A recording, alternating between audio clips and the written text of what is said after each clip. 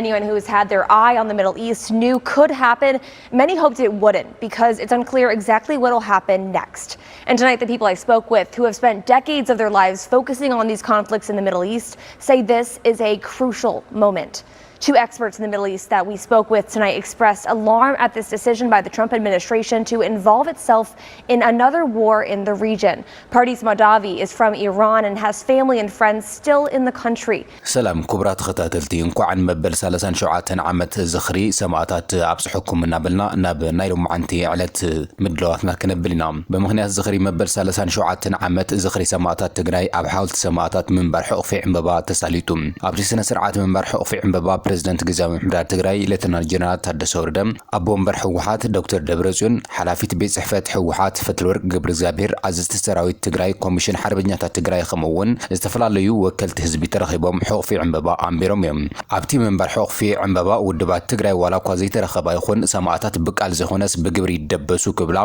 ብብሔራዊ ኪዳን ተጋሩ ንብሔራዊ ድሕነት ብዝብል ዝተወደባ ውድባትን ገሊፀን ዘለዋ እተን ውድባት ኣብ መግለጽን በብምዕራፉ በብመድረኹ ህልውና ትግራይ ቀጻሊ ውሕስነት ህዝቢ ንስለ ህልውና ቀጻሊ ውሕስነት ትግራይ ህዝብን እልፊ ኣላፍ መላምል ተሰንኪሎም ደምዮም ተሰዊኦም እዮም ክብላ ዝገለጸ እንትኾና ንዝሓለፈ 36 ዓመታት ድማ ሕድሪ ሰማዕታትና ኣይንዕብረን እንዳበልና ንዝዕለት ነዘክርናያ መጺና ኢና ብምባል እዚ እውን ግቡእ ምዃኑ ኣስሚረና ኣለዋ ኮይኑ ግን ኣይብላትን ውድባት ሰማዕታትና ዝደበሱ ካብ ቃል ዝሓለፈ ብግብሪ ዕላማ መስዋዕቶም ክነኽብር እንትንኽእል እዩ ክብላ ገሊፀን ኣለዋ ቃል ኣይዕበርና ንዝበሃል ሕቶ ህዝቢ እንትንምልስ ፍትሒን ትነግስ እዩ ክብላውን ኣስሚረን ኣሉን ስለዝኾነ ድማ ሰማዕታትና ልዕሊ መቃብር ዝገደፉልና ቃል ሕድሪ ከይንዕብር እዛ ካብ ኢድና ወፅያ ዘላ ትግራይ ናብ ኢድና ክንምልሳን ተግባራዊ ቃልሲ ክነቐጽልን ይግባእ ክብላውን ገሊፀን ህዝቢ ትግራይ ካብ ጸላእቱ ዝተበገሰሉ ኩሉ ዓይነት ዓጸቦታት እሳላ ዘይክበስ ጽንዓት ሰኒቑ ኸባር መስዋዕትነት ዝኸፈለ ህልውኑ ኣረጋጊጹ ነቲ ሕዚ ዝተፈጠረ አንጻራዊ ናይ ሰላም ሃዋህው ክፍጠር እውን ክኢሉ እዩ ክብላ ገሊፀን ኣለዋ ነዚ ዝተፈጠረ አንጻራዊ ሃዋህው ሰላም ብምጥቃም ግዛታዊ ሓድነት ትግራይ ንኽምለስ ተመዛበልቲ ወገናት ናብ መረበቶም ክምለሱ ዳግም ህንጸትን ሕውየትን ትግራይ ንምስላጥን ትግራይ ናብ ፍትሓውነትን ዲሞክራሲያውነትን ስርዓት ዘሳግር ናይ መንባር ዓቕምን ቅቡልነትን ዘለዎ ቤት ምኽሪ ዘካተተ ሓቆፊ ግዝያዊ መንግስትን ክህልወና ካብ መፈለምቱ ጀሚርና ከም ኪዳን እናተቃለሳ ምምፀን እውን እተን ውድባትን ገሊፀን ዘላ እንተኾነ ግን እቲ ዝበገስናዮ ቁኑዕን ሕቶ ንጎኒ ገዲፉ ካብ ኮርን ላዕሊ ዝበሃል ዕጡቕ ውዳበ ተደጊፉ ስርዓት ዘፍረሰ ጉጅለም ንዘቕረብናዮ ቁኑዓት ኣመራጽታት ብምንጻግ ናይ ኣፈም ምዝጉልበትን ተሰጋጊሩ ጥራሕ ዘይኾነስ ኣብ ልዕሊ ህዝብና ዘይተደለዩ ኩናት ከዋልድ እውን ብሽምጽምዶ ብቃልዕ ምስ ሻዕብያ እንዳሰርሐ ከም ዘሎ ብምጥቃስ ብፖለቲካ ተሳዒሩ ህዝባዊ ቅቡልነት ዝሰኣነ ሓይሊ ሎም እውን ትግራይ ኣብ ፍጹም ናይ ጥፍኣት መንገዲ እትይዋ ክብላ ኸሲሰን ኣለዋ እተን ውድባት ከም ዝበልኦ እንተኾይኑ ሎሚ መበል 37 ዓመት ሰማዕታት ንኽዝክር ዳግማይ ናብ ዘይምልከተና ኩናት ክእትወና ዝህንደድ ዘሎ ሓይሊ ኣደብ ምትሓዝ የድሊ ክብላ ገሊፀን ኣለዋ ዝኾነ ጉጅለ ይኹን ወታደራዊ ኣዛዚ ልዕሊ ህላዊ ህዝቢ ክኸውን ምንም ዓይነት ሞራላዊ ይኹን ሕጋዊ ምኽንያት የብሉን ብምባል በመስዋዕቲ ደቅኻን ብስቃይኻን ዕድመ ስልጣኑ ንምንዋሕ መጋበርያ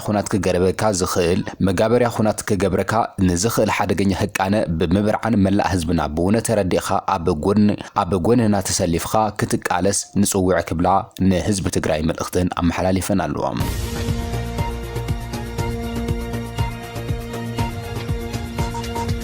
ኣሜሪካ ኣብ ልዕሊ ኢራን ብዕሊ ኩናት ኣውጃላ ኣሜሪካ መደበር ኒኩሌር ኢራን ደብዲባላ ቴሄራን ዘይቋርጽ ሳዕቤን ከም ዝህልውን መሊሳ ጠንቂቓላ ትራምፕ ኣብ ልዕሊ 3 መሳለጥያታት ኒኩሌር ኢራን ደብዳብ ከም ዝፈጸመ ተዛሪቡ ዘሎ እቲ ፕሬዝዳንት ጎንፂ ማእኸላይ ምብራቕ ደው ንኽብል ክልተ ሰሙን ሂቡ እኳ እንተነበረ ነዚ ምስ ተዛረበ ድሕሪ ክልተ መዓልቲ እቲ መጥቃዕቲ ፈጺምዎ ዘሎ ሚኒስተር ጉዳያት ወጻኢ ኢራን ኣባስ ኣራግቺ ዋሽንግተን ኣህጉራዊ ሕጊ ከም ዝጠሓሰትን ብምግላጽ ነቲ መጥቃዕቲ ምላሽ ይብሉ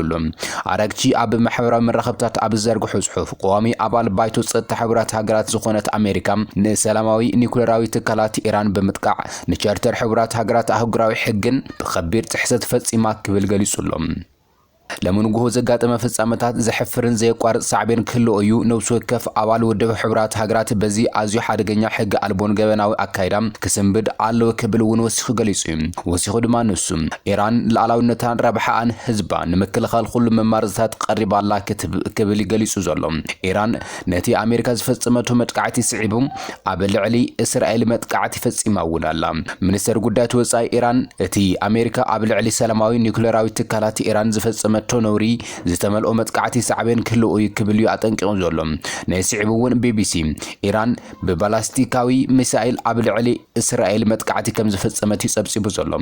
ፋርስ ኒውስ እቲ ምንጭ ሓበሬታ ወታደራዊ ሓይልታት ኢራን ንመዕረፎ ነፈርቲ ቤን ጉሪዮንን ማእኸል ባዮሎጂካውን ምርመራ ዒላማ ናይቲ መጥቃዕቲ ከም ዝነበሩ እዩ ገሊጹ ዘሎ እስራኤል ብዛዕባ እቲ መጥቃዕቲ ዘቕረበቶ ዝኾነ መርትዑ የለን እንተኾነ ግን ጸብጻብ ቢቢሲ ከም ዝሕብሮ በቲ መጥቃዕቲ ምኽንያት ኣብ ከተማታት እስራኤል ሃይፋን ቴል አቪቭን ውጥረት ሰፊኑ ከም ዘሎ ይገልጹ ዘሎ ፕሬዝደንት ኣሜሪካ ዶናልድ ትራምፕ ነፈርቲ ውግእ ሃገሩ ኣብ ኢራን ኣብ ዝርከብ 3 ኒኩለሳዊ ቦታታት መጥቃዕቲ ከም ዝፈጸመን ኣብ ሞንጎ ኢራንን እስራኤልን ዝካየድ ዘሎ ኩናት ርእይ ምዕባለ ከም ዘርኤን ይገልጹ ዘሎ እቲ ፕሬዝደንት ኣብ ቴሌቪዥን ቀሪቡን ህዝቢ ኣሜሪካ ኣብ ዝሃቦ ሓጺር መግለጺ ብዙሓት ዕላማታት ተሪፎም ከም ዘለው ይገልጹ ዘሎ ሎሚ ምሸት ካብ ኩሎም ዝኸበደትን ምናልባት እውን ቀታሊትን ያ ነይራ ክብል ገሊጹ ኣሎ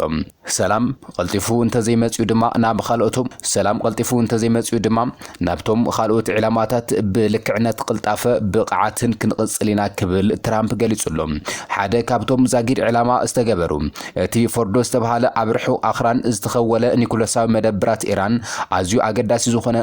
ማዕበሊ ዩራኒየም ከም ዝኾነ ይዝገለጽ ዘሎ ኣብቲ መሳለጥያ ዘስዓበ ጉድኣት ግን ሙሉእ ብሙሉእ ከም ዘይተፈለጠ ይዝገለጽ ዘሎ ስዕቡ ድማ ኢራን በአሜሪካ ዝተፈጸመ መጥቃዕቲ ናይ ምፍናይ ሕደ ናይ ምፍናይ ስጉምቲ ከም ትወስድ ኣፍሊጣ ዘላ ኢራን ኣብ ልዕሊ 3 ማዕከላት ኒኩለራ በአሜሪካ ዝተፈጸመ መጥቃዕቲ ናይ ምፍዳይ ሕነም ስጉምቲ ከም ትወስድ ኩሎም ኣመራጽታት እውን ኣብ ጣውላ ተዘርጊሖም ከም ዘለዎ ያጠንቅቃ ዘላ ትራምፕ ኣሜሪካ ቅድሚ ሰዓታት ነዚ ግዙፍ ትካል ኒኩለራዊ ፎርዶ ሓዊሱም ኣብ ልዕሊ 3 ማዕከላት ኒኩለር ኢራን ዕውት ናይ ቦምብ መጥቃዕቲ ብምፍጻም ነቲ ናይ ቦምብ መጥቃዕቲ ኣሜሪካ ዘስደምም ክብል ዝገለጹ ሚኒስትር ጉዳያት ወጻኢ ኢራን አባስ አራግቺ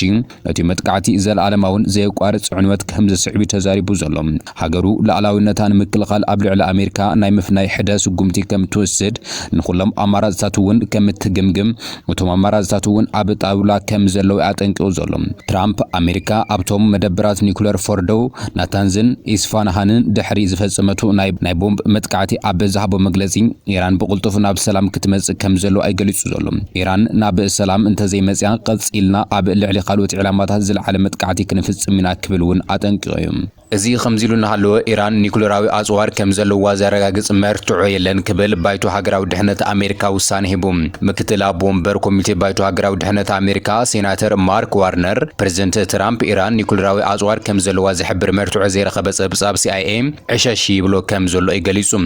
CIA ኣብ ወርሒ መጋቢት ኢራን ዩራኒየም ኣብቲ ማኳ እንትነበረት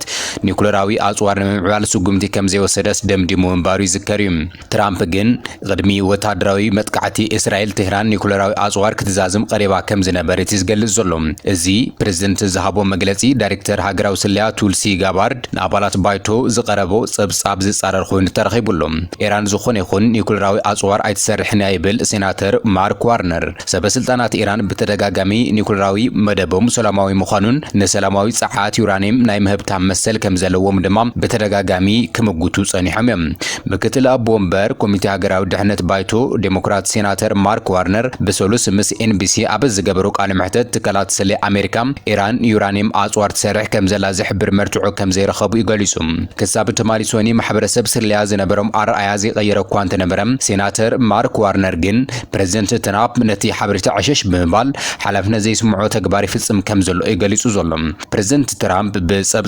ብዛዕባ ጸብጻብ ናይታ ዳይሬክተር ብጋዜጠኛታት ምስተሓተተ ንሳ እንታይ ትብል ኣይግድሰንን እዩ ዝብል መልሲ ከም ዝሃበ ብምዝኻር እቲ ሴናተር ወሲኹ ትራምፕ ንጸብጻብ ኤጀንሲ ሃገራዊ ድሕነት እንተነጺጉ ከም ምክትል ኣቦ ወንበር ኮሚቴ ሃገራዊ ድሕነት ዘለን ርእይቶ ድማ እንተነጺጉ መሰላት ህዝቢ ኣሜሪካ እንታይ ክብል ተዛሪቡሎም ለምዃኑ ኣብ ልዕሊ ኢራን ዝፍጸም መጥቃዕቲ ድሌት ትራምፕ ጥራሕ ድዩ ዝብል ሕቶ እውን ከልዕሊ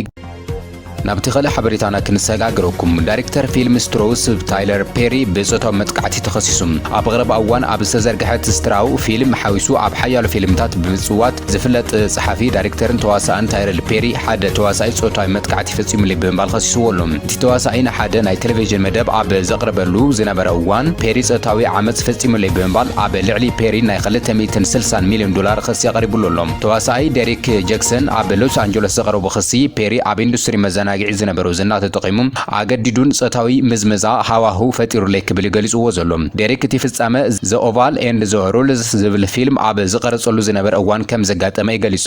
እቲ ተዋሳኢ ታይለር ፐሪ ዕውት ተዋሳኢ ክገብሩ ምዃኑ ቃል ኣትዩ ከም ዝነበረን ኣብ ክንዱ ጾታዊ ትንኮሳ መጥቃዕቲ ኣካላዊ ጉድኣት ፈጺሙለይ ክብል ገሊጹ እቲ ተዋሳኢ ታይለር ፐሪ ዝሓተቶ ብምጻጉ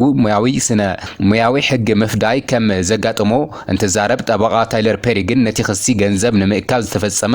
ምትላል ክብል ነጽውሎ ጠበቁ ማቲው ቦይድ ንቢቢሲ ኣብ ዝሃቦ ቃል እቲ ውልቀ ሰብ ምስ ታይለር ፐሪ ቅርበት ነይርዎ ሕጂ ድማ ናይ ምትላል ክሲ ኣቅሪቡሉ ኣሎ ክብል ገሊጹ ወሲኹ ድማ ታይለር ፐሪ በዚ ኣይፈርሕን እዩ ከምዚ ዓይነት ፈጠራዊ ምግፋዕን ከምዚ ዕወት ድማ ርግጽኛታት ኢና ክብል ገሊጹዎ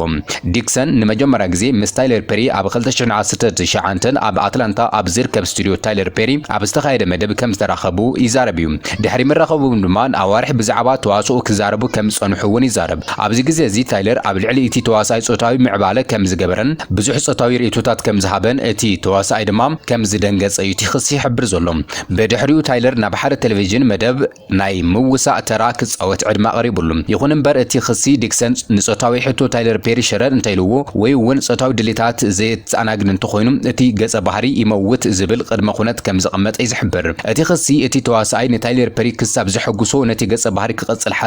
ሓሲቡ ከም ዝነበረ ይገሊጹ እቲ ክሲ ታይለር ነቲ ተዋሳኢ ብዙሕ ግዜ ጾታዊ ዓመጽ ከም ዝፈጸሙ እውን ወሲኹ ይገልጽ እቲ ተዋሳኢ ነቲ ኣብ ታይለር ፐሪ ዝመጽእ ጾታዊ ትንኮሳ ክጻወሮ ስለዘይኻለ ኣብቲ ፊልሚ ዝነበሮ ናይ ምውሳእ ስራሕ ክገድፎ ከም ዝተገደደ ብታይለር ዝቀረበሉ ፊልም ስክሪፕት ክሰርሕ ፍቃደኛ ከም ዝኾነን